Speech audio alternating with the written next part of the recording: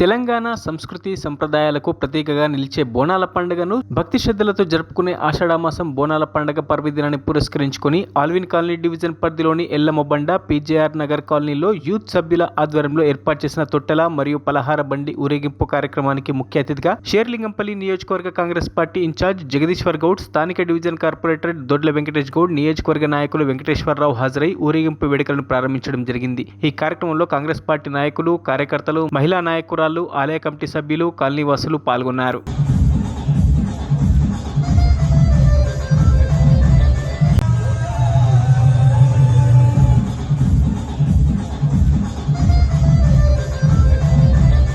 మరిన్ని అప్డేట్స్ కోసం మా ఛానల్ని సబ్స్క్రైబ్ చేయండి.